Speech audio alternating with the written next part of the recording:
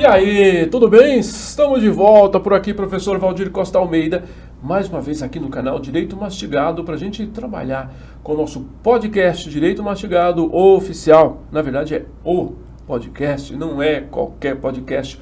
Quero te agradecer mais uma vez por sua presença, por estar presente aqui conosco no YouTube. E você que está chegando do zero aqui, está chegando agora, bateu na portinha aqui, está olhando pelo vidrinho, pela frestinha, clica no sininho para você receber as notificações de informações recentes e atuais, mas também clica no botãozinho para se inscrever no nosso canal. Nós precisamos de você e você precisa da gente. Tamo junto? Vamos para essa estrada.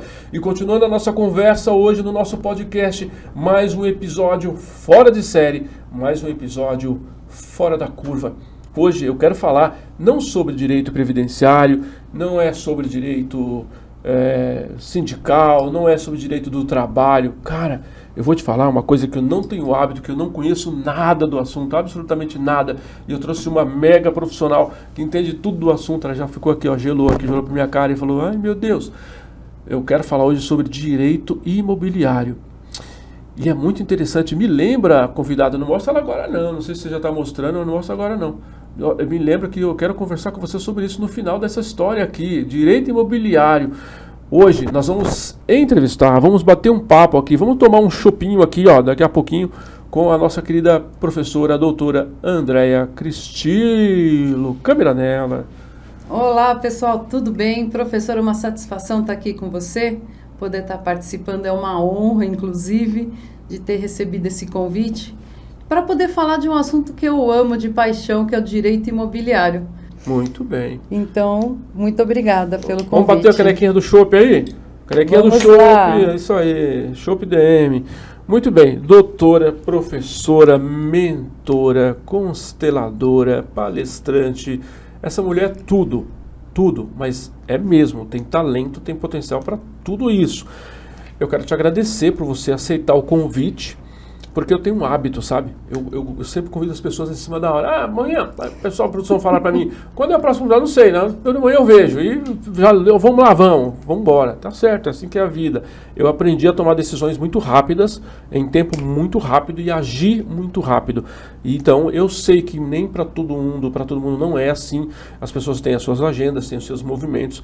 Então, por isso, minha gratidão em dobro por você aceitar, porque foi assim, em cima da hora que eu também te convidei. Obrigado por você estar aqui. Seja bem-vinda aqui no nosso podcast. A nossa conversa é uma conversa para a sociedade entender, para as pessoas entenderem.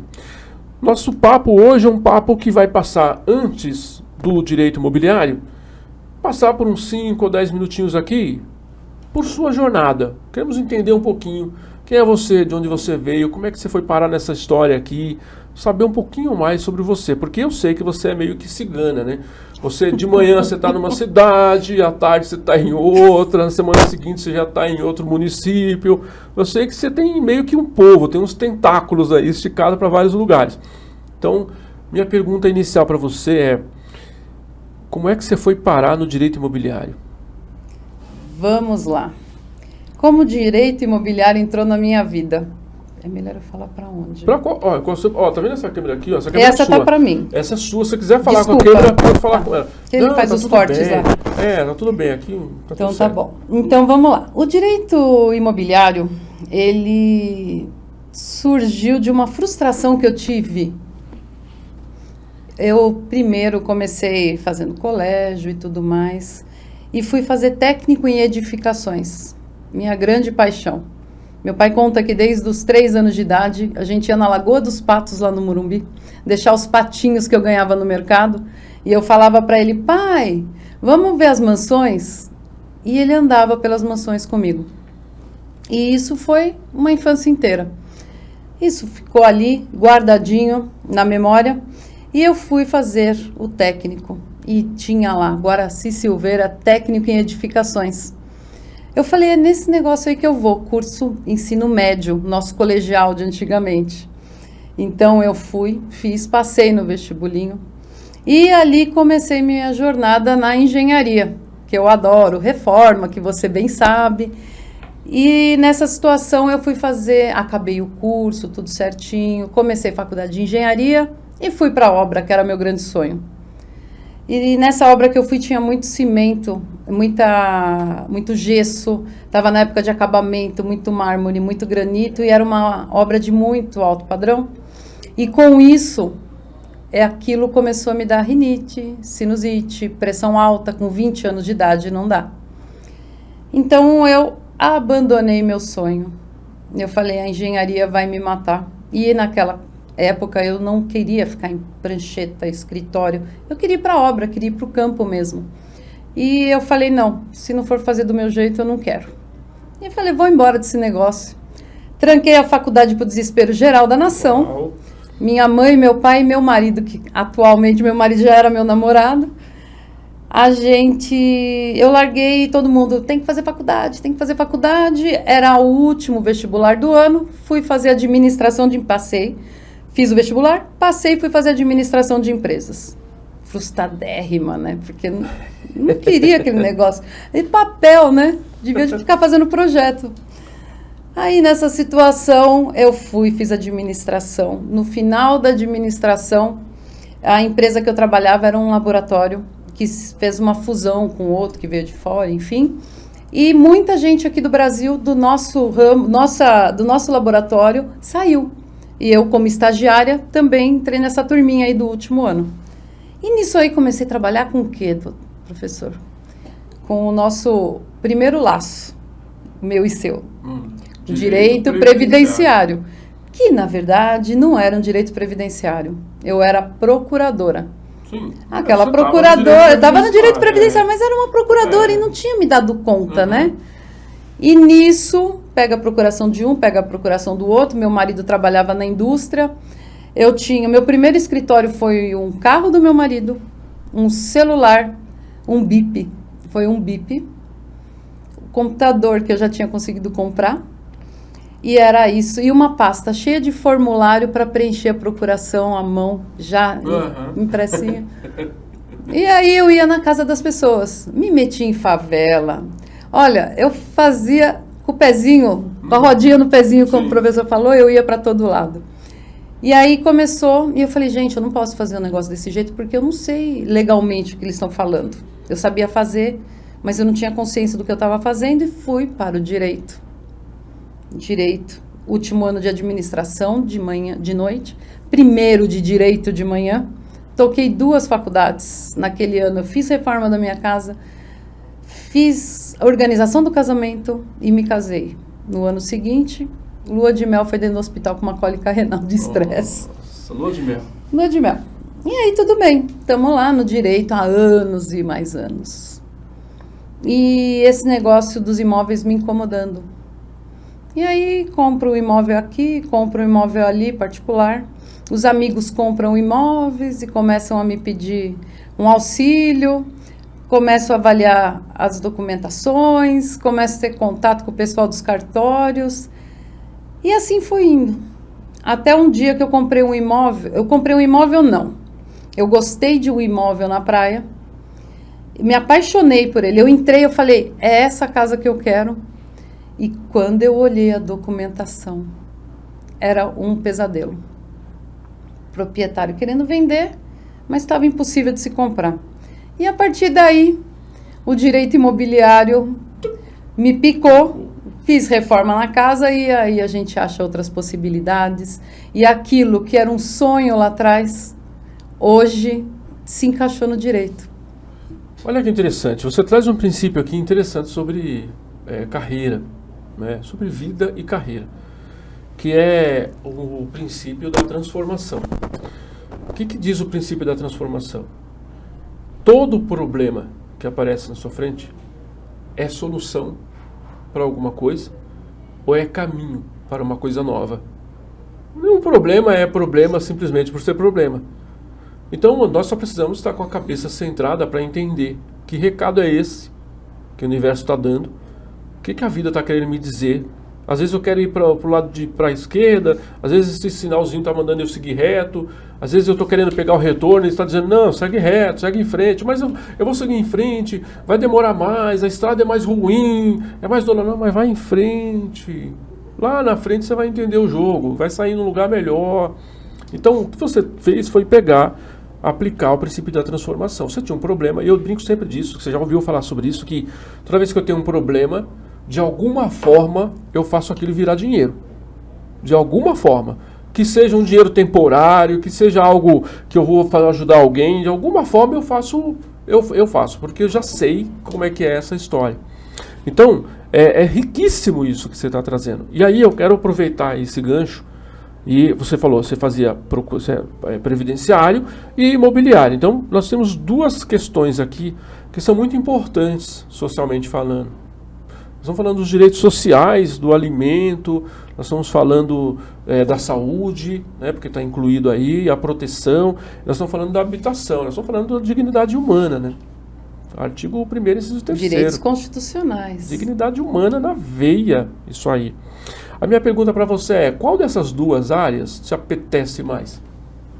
Sem sombra de dúvidas, o imobiliário. O imobiliário. Mas sendo que os dois levam para o mesmo propósito. Por o mesmo Porque o meu exato. Propósito realmente lá na frente é ajudar as pessoas, né? Ressignificar. E você colocou agora maravilhosamente bem, professor, que é um direito constitucional, que é um direito básico. É a base da vida das pessoas. Direito à moradia e tudo mais. Moradia, saúde, transporte, educação. Moradia está lá.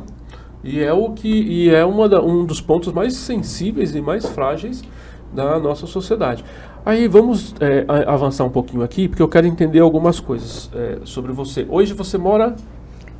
Então, eu me divido. Qual lugar do Brasil você mora? Me divido entre o Taboão da Serra. Taboão da Serra, São Paulo. É uma cidade aqui limítrofe da capital. E Peruíbe, uma cidade litorânea, a 180 quilômetros daqui. E é assim. Eu até perguntei para ela quando a gente começou, gente, aqui nos bastidores. Até vou falar uma coisa aqui que eu não sei, mas é o que eu percebi. Perguntei para ela qual dessas cidades ela vai sair candidata a vereadora. Que não seja ano que vem, mas que seja em algum futuro, mas eu acho que é por aí, né? Porque é uma pessoa muito querida pelas pessoas onde ela está, onde ela passa, onde ela atua. E tem uma preocupação social real, uma preocupação social verdadeira, está lá fazendo o trabalho, está se relacionando com as pessoas que fazem a diferença nas regiões. Então, eu acho que o nosso mundo político precisa de pessoas que têm essa preocupação. Eu falo sempre que as pessoas falam que a política não presta, mas saiba que a política não presta porque as pessoas que acham que prestam não querem fazer política. As pessoas que acham que prestam, presta atenção, não querem fazer política. Por que eu estou falando isso? Porque nem todo mundo que acha que presta, presta. Que diz que presta, presta. A gente não sabe, né? Mas o fato é que onde o bem não ocupa, o mal ocupa. É fato. Né? Porque não é uma coisa assim. Política é um outro mundo, é uma outra dimensão, é um outro jogo que é um jogo difícil de ser jogado, um jogo meio complicadinho. Mas eu acho que tem alguns perfis que se encaixam perfeitamente nisso. Então, fica aí a dica, jogadinha, né? Ela vê coisas de lá, eu vejo coisas de cá e a gente vai vendo coisas, entendeu? A gente fica assim, nessa daqui, de perto ou de longe, a gente fica... Fica assim bem. Fica jogando imagem de umas por outras, assim, a gente fica jogando imagem, né? Verdade. Me fala uma coisa, aqui ó, eu tô com uma colinha, porque eu não entendo nada, gente, de imobiliário, então tem uma colinha aqui pra mim, porque eu quero fazer umas perguntinhas pra ela, tá? Qual que é a área do direito que trata... porque é direito imobiliário, né? Qual é essa área, qual é esse ramo que trata dessa questão imobiliária? Porque a gente tem direito previdenciário, direito imobiliário mesmo, é outra nomenclatura? Na realidade, o direito em si é o imobiliário. Direito em si. E o direito em si não, eu acho que eu falei errado. O direito em si não é imobiliário.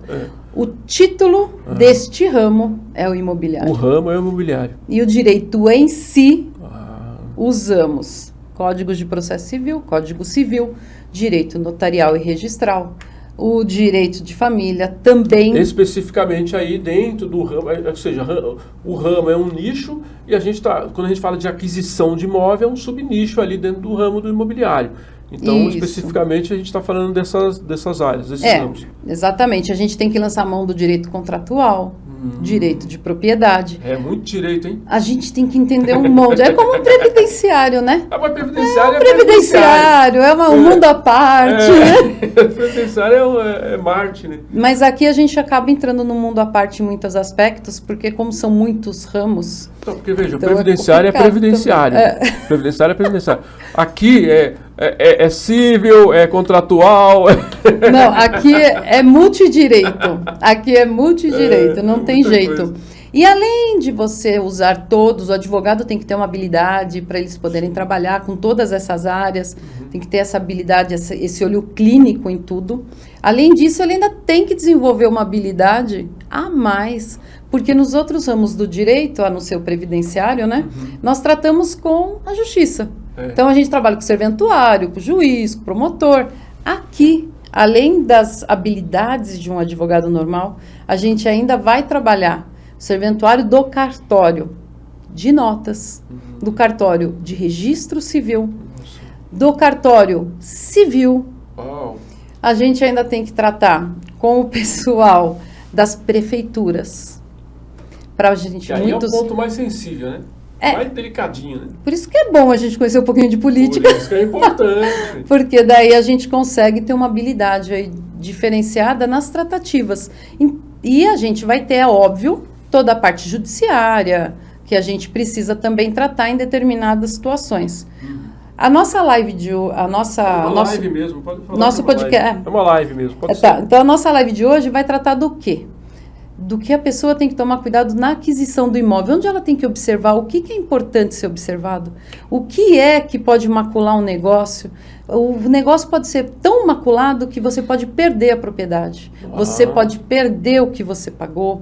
A gente não sabe até onde o direito pode alcançar negativamente. Muito bem. Então, o meu papel como advogada, que eu quero levar para as pessoas é o quê? Poder fazer o negócio da forma mais objetiva e mais clínica possível para que essas pessoas não tenham problemas futuros com essa aquisição e que possam fazer uso daquele sonho, porque a compra do imóvel é um sonho. É um sonho de vida, né? É um sonho, um projeto de vida, um sonho de vida, um propósito, é onde vai abrigar a sua família. Agora, você está falando de riscos, né? Você falou aí de riscos seríssimos. E quando a gente fala de riscos, nós estamos falando de proteção ao mesmo tempo, e quando falamos de proteção, nós falamos de regulamentações, né? Então, a minha pergunta é em relação ao direito imobiliário, né? A gente está falando de regulamentação. Quais são as regulamentações e quando é que elas surgem? De onde vem? Qual a origem disso? Então, a gente começa... Na verdade, os primeiros registros foram em 3.500 antes de Cristo, em tábuas, tabuinhas, que tinham ali aerogrifos, aqueles desenhadinhos, que falava das primeiras propriedades. Então, foram os primeiros registros há 3.500 anos atrás. Nossa.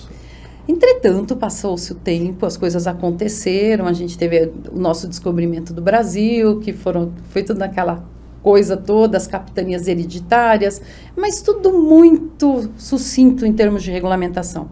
Mas em 1850, surgiu uma necessidade de começar a normatizar as terras do país.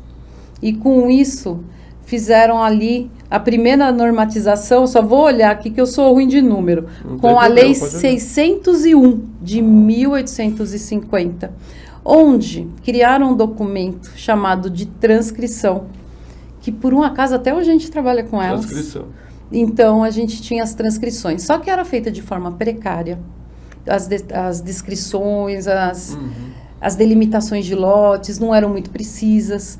E para cada documentação feita, para cada venda feita, para cada coisinha que acontecia, uma transcrição ficava para trás e se abria uma nova transcrição. Assim como são feitas com as escrituras. Então, a gente não tinha um registro único. Então, isso começou a dar muito problema. Você não tinha um histórico, né? Não tinha um histórico. Então, era uma coisa muito delicada ali. Até porque, veja só, era tudo em tábuas. Quantas tábuas seriam necessárias? Aí, em 1850 já não. Em 1850 a gente já tinha lá o papel com a peninha escrita, assim, mas era muita documentação. Livros, né? Não tinha informatização. Então, cada cartório era um cartório. Então, é toda uma... Antigamente, você tinha que ter o papel. É muito papel. Não, mas o proprietário, se você não tiver o papel, você perdeu. Eu lembro...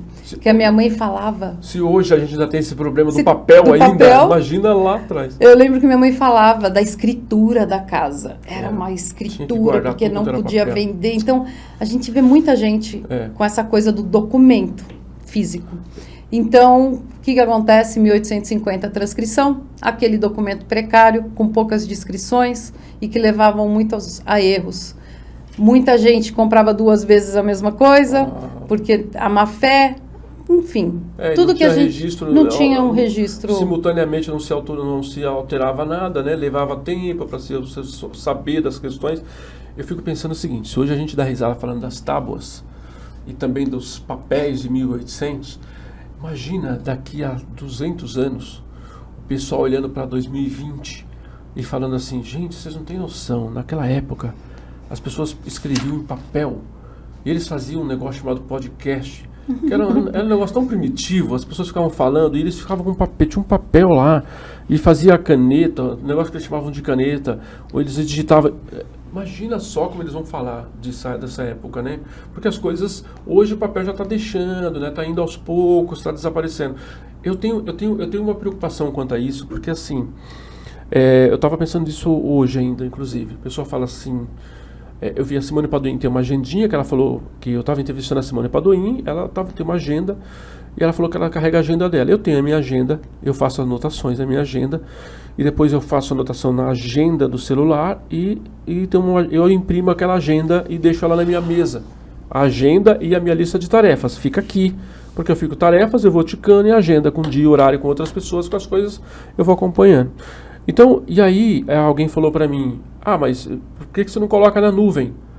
Ok, eu posso colocar na nuvem, só que a nuvem você depende de internet. E se a internet cair, você não tem a nuvem para acessar.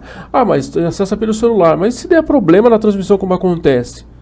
Então veja, papel é algo que na minha visão, em algum momento vai literalmente acabar, é fato que vai acabar, mas é claro que eu sei que vão criar outros dispositivos que deem um pouco mais de segurança, porque se você ficar dependendo totalmente do virtual, né, imagina aquele pessoal das tábuas quando falou assim, olha, não vai ter mais tábua, agora vai ser papel. Imagina que o pessoal deve ter pensado. Papiro, né, professor? Papiro. Porque eram os papéis, era o papel da época. Imagina o pessoal das tábuas que deve ter pensado, agora, tal de papel aí, as tábuas a gente guarda, os papéis o pessoal rasga. Tão fininho. Tão fininho, vai rasgar, vai sumir. Era o virtual da época, papel era o virtual da época. É verdade, mas é evolução, né? Concorda que isso aqui é virtual, isso aqui é uma coisa virtual, porque isso aqui é algo que você... Não sei de onde você digitou, saiu aqui, é um negócio meio sem explicação lógica, né? É verdade. Está aqui, então é meio que virtual isso aqui. Só que agora esse virtual não está mais aqui, ele realmente está no mundo invisível. Está no mundo invisível. Inclusive está na nuvem. Eu salvei na nuvem o arquivo. Está na nuvem, né? Agora, para a gente voltar aqui no então ponto a gente central, sai né? da transcrição de 1850 para 1973. Lei 6.015, onde eles inventaram um novo documento, onde houve um estudo, onde um documento virou uma certidão de nascimento do imóvel, onde lá haviam todas as anotações da vida documental do imóvel. A vida documental, DVC do imóvel. A vida documental do imóvel estava tudo num documento compilado, onde fica guardado no cartório que é responsável por aquela região.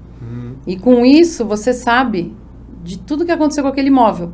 Constituição do imóvel, onde não fica a localização, área, a inscrição na prefeitura, tudo muito bem escrito, que hoje a gente tem os azimuts, tem os topógrafos quando se tratam dos terrenos, a gente tem os engenheiros que fazem os nossos projetos.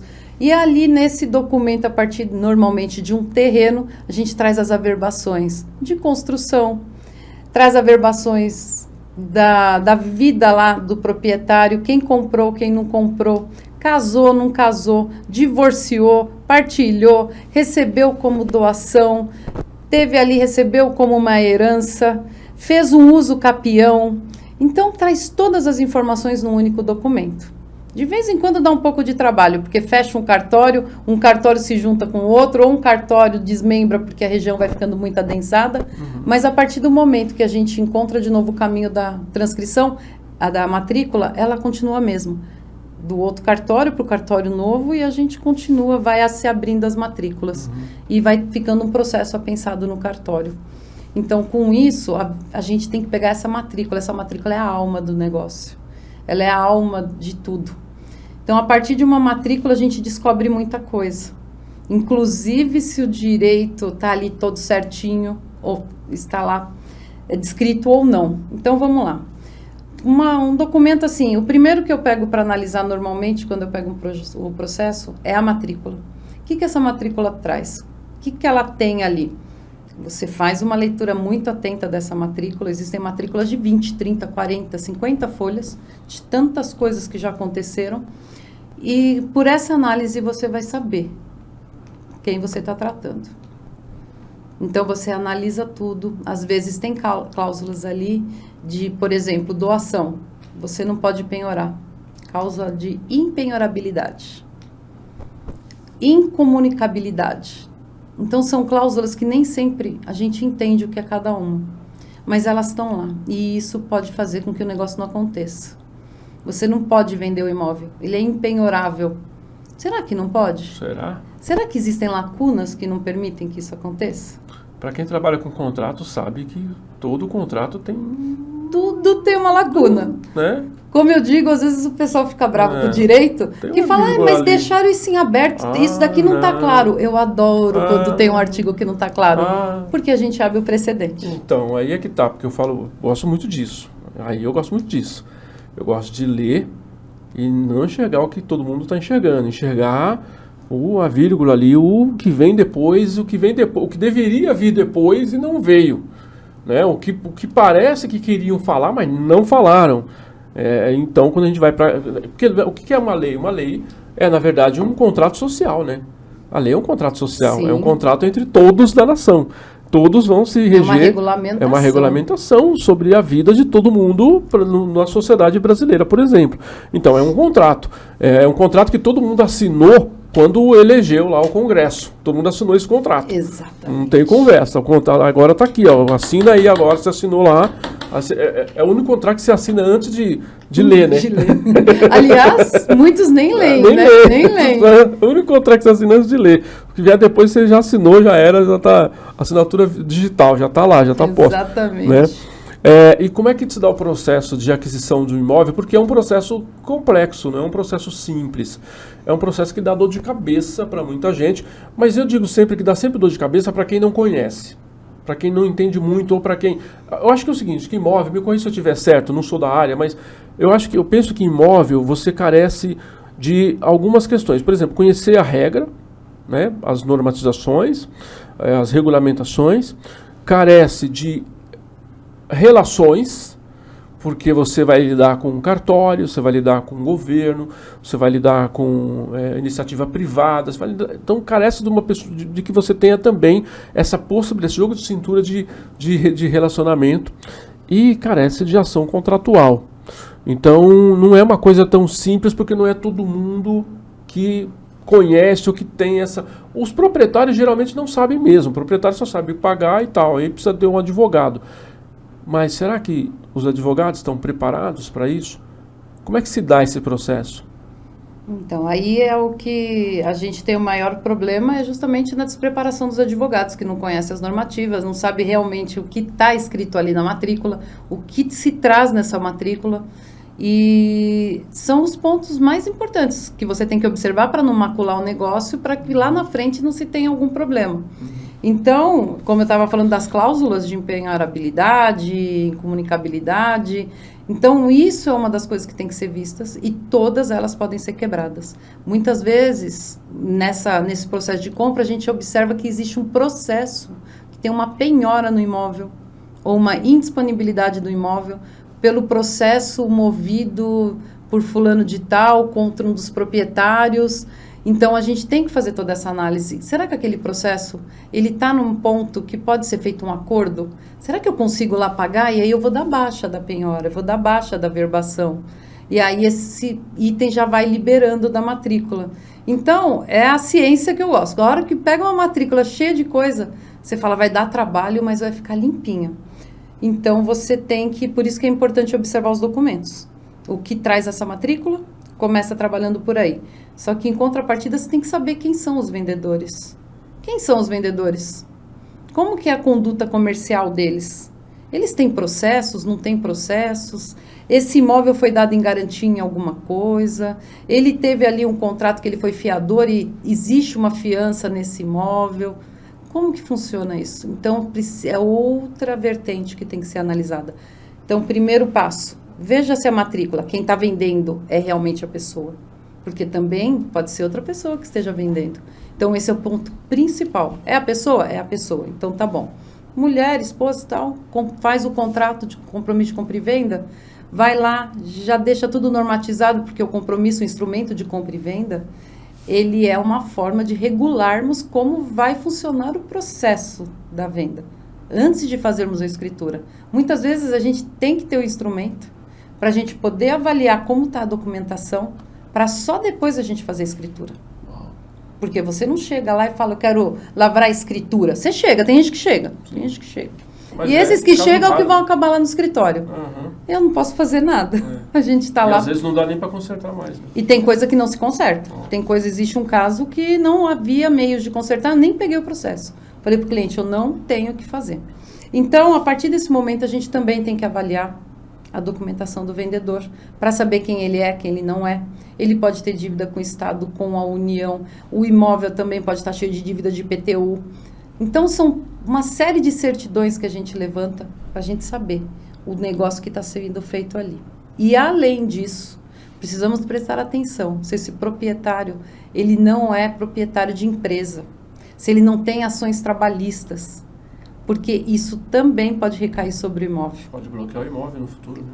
Eu tô acabando um caso agora que só tinham 23 processos trabalhistas de 2002. E aí eu fiz acordo em um por um, consegui baixar todos os processos e a gente conseguiu deixar a matrícula de novo zerada. Então, é esse tipo de coisa que a gente tem que tomar cuidado. Você falou matrícula, eu quero pegar o gancho aí e te perguntar. Você falou lá atrás de transcrição, e está falando de matrícula aqui. Qual que é a diferença entre essas duas coisas? Então, vamos lá. A transcrição é aquele documento anterior, antigo. Então, quando a gente faz uma venda, quando a gente faz uma verbação, a gente tem que fazer uma atualização num documento. Muitas vezes, o imóvel não tem atualização há muito tempo. Então, ele está lá antes de 1973 e ele não tem uma matrícula aberta. Ele ainda está na transcrição. Inclusive, estou com uma escritura aqui de transcrição que eu estou indo no cartório agora, porque eu tenho que abrir matrícula e vou fazer um uso capião em cima. Então, eu vou fazer o uso capião e depois a gente vai proceder à matrícula. E essa transcrição, a gente vai levar uma nova documentação no cartório para que ela se torne uma matrícula. Então, a transcrição é aquele documento único para cada ato, que era feito o registro somente daquele ato do imóvel, com descrições mal feitas e tudo mais. A matrícula, transcrição já se converte em matrícula, e a matrícula vai ser a certidão de nascimento mesmo do imóvel. Nascimento, casamento, a gente não casa e não está trazendo lá a certidão de nascimento? Exato. Então, o nosso casamento mata de nascimento, mas você vai lá no nascimento, que o nascimento está escrito tudo nas outras certidões que tem. Então, vai estar divórcio, vai estar falecimento, vai estar tudo ali. E a mesma coisa é quanto a transcrição e matrícula. Então, a transcrição é o documento que precede a matrícula. Muito bem. Em cada atualização, aí a gente faz nascer uma matrícula. Muito bem. Depois de 73. E como nós estamos falando de direito, não interessa qual é o ramo.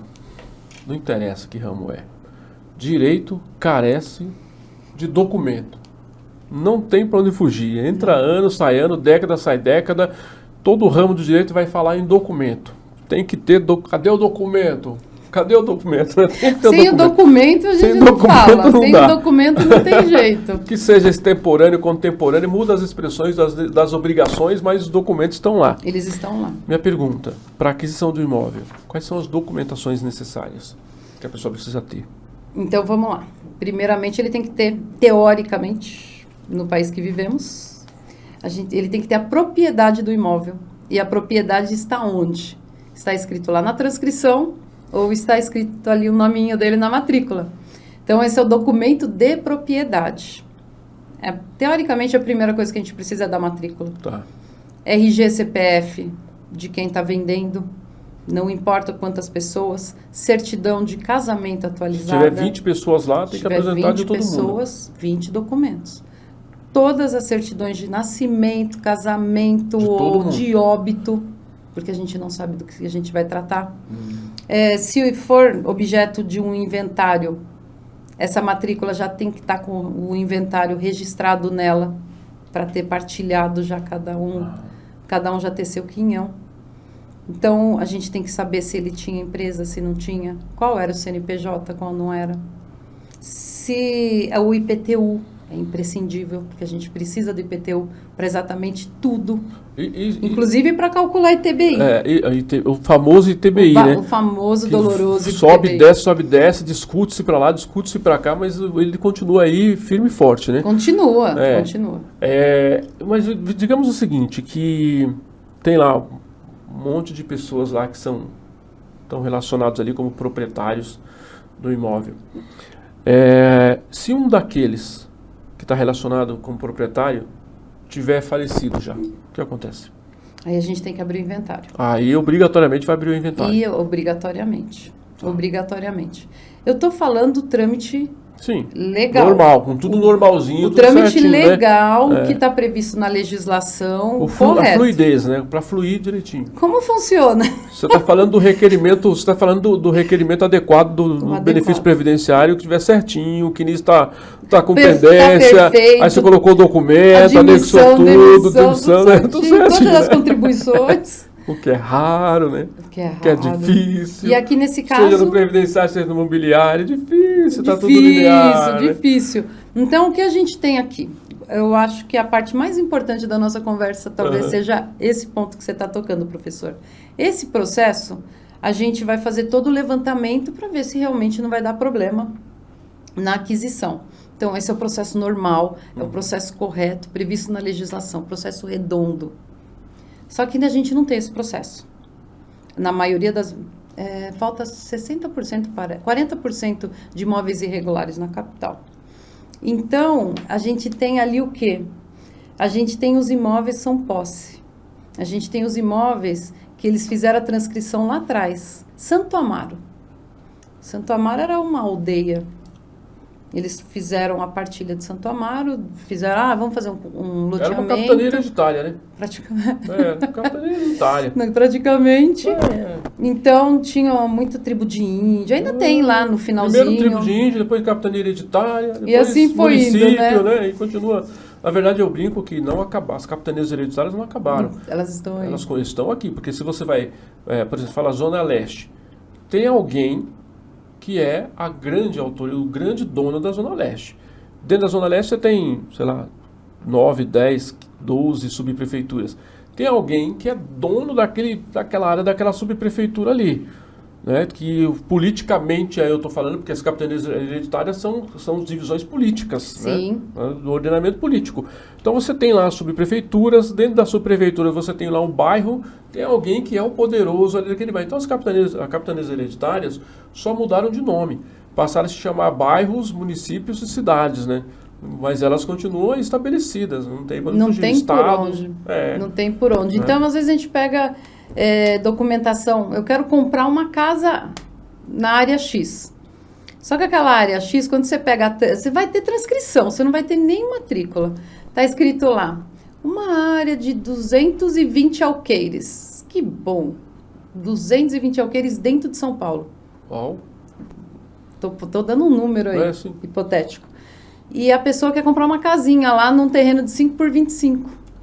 Eu gostei tanto, minha esposa se sentiu bem, minha família mora aqui, o que eu faço? Aí sim começa um processo que pode ser, por exemplo, do uso capião. Porque não tem justo título, não tem nada, então a gente vai para o caminho do uso capião. Então ele vai ter a aquisição daquela posse, daquela propriedade pelo uso capião. E aí é um processo mais demorado, aquela coisa toda. O uso capião a gente sabe que depende de muito investimento por parte da pessoa. Tem que investir bastante? Porque você tem que contratar topógrafo, você tem que fazer levantamentos, e aí você às vezes tem que fazer georreferenciamento. E quando a pessoa é muito pobre? Não faz, né? Daí vem o governo. Que aí vai... A prefeitura. Aí vai levar 300 aí vai fazer, anos, né? Então, 350. Aí vai fazer o REURB. Aí eles vão fazer um projeto de urbanização ali. Aí faz aquele lote, REURB, vai fazer aquele lote, faz o levantamento, vê quem está lá, centro social, vai ver bater de porta em porta, e aí vai fazer o projeto daquela área, e aí vai fazer uma regularização fundiária. Sim, regularização fundiária. E essa regularização, daí ele vai ter a matrícula dele. Lá no Taboão da Serra a gente tem bastante. Você sabe que outro lugar que tem bastante essas ações, esses movimentos, é Itaquaquecetuba. A Secretaria de Habitação de Itaquá é constante, é um movimento vivo, permanente, com esses movimentos lá. A secretária de lá é a Ângela Quirino. E ela foi minha aluna, e advogada ali de Itaquá, e está fazendo um trabalho brilhante de reurbanização, você acabou de falar a expressão que me fugiu. Regularização fundiária. Regularização fundiária, um trabalho assim profundo, um trabalho gigante de regularização fundiária, muito bom. Eu nunca vi esse movimento sendo feito lá. Ela arregaçou as mangas, botou a mão na massa, acho que a prefeitura deu o subsídio que ela precisava, entendeu que aquilo era bom para o jogo político, porque é jogo político. Sim. Né? Essas coisas só se fazem em massa se for bom para o jogo político. Se Exatamente. não for bom para o jogo político, não vai fazer. Então está fazendo um trabalho muito interessante lá, muito bom. Então, a gente vem, eu falei da REURB, né? Mas a gente vem com a regularização fundiária para dar propriedade para cada um deles, mas eles também precisam de um REURB, né? Precisam de um meio para viver de uma forma adequada. Então, nisso você tem escolas, daí vem todo um trabalho ali, que daí o poder público entra para poder implementar e melhorar a condição de vida daquelas pessoas, daquela região. E a partir daí eles vão ter o título, daí a gente continua trabalhando para ver o venda, compra e tudo mais. Para cobrar os caras. Para cobrar, IPTU. Falou que ia fazer, não fez. Bom, seguinte, gente, o papo é legal, o papo é bom. Esse papo é bom, esse papo é interessante, mas como tudo começa, também termina, né? Isso dá uma aula, isso dá uma coisa muito mais profunda. Quero deixar aqui o meu contentamento, expressar o meu contentamento com as suas falas, com a demonstração do conhecimento que você tem sobre o assunto, te agradecer pelo convite. Em cima da hora, você veio aqui, veio de longe, veio lá do outro lado da cidade, lá de Taboão da Serra, para quem sabe onde nós estamos aqui, sabe que é longe, né? E então, as suas palavras finais para o seu encerramento. Bom, espero poder ter sido clara, deixando pelo menos as informações básicas para você, que seja advogado ou não, que esteja assistindo esse podcast, para que vocês vejam realmente que é bom dar uma olhadinha ali na documentação antes de fazer a aquisição de um imóvel, apartamentos. Apartamento ainda tem um condomínio, viu, gente? Tem que tomar cuidado com ele. Então, eu agradeço a todos, todo mundo que chegou aqui até o final conosco. Muito obrigada. Professor, o seu pedido é uma ordem. Onde você estiver, eu estou com você. Eu que tenho que agradecer e estou muito feliz de estar aqui com você. Muito obrigado mais uma vez, então. A recíproca é verdadeira, seja muito bem-vinda para cá. E chegamos ao final de mais um podcast aqui do Direito Mastigado. Você que ainda não clicou nas notificações, clac. Você que ainda não clicou no inscreva-se aqui, clac. Clica lá. Estaremos de volta num próximo episódio com mais um convidado especial, com mais um tema fora da curva para você. Esteja junto, porque a gente está sempre por aqui. Beijo no seu coração. Fomos. Tchau.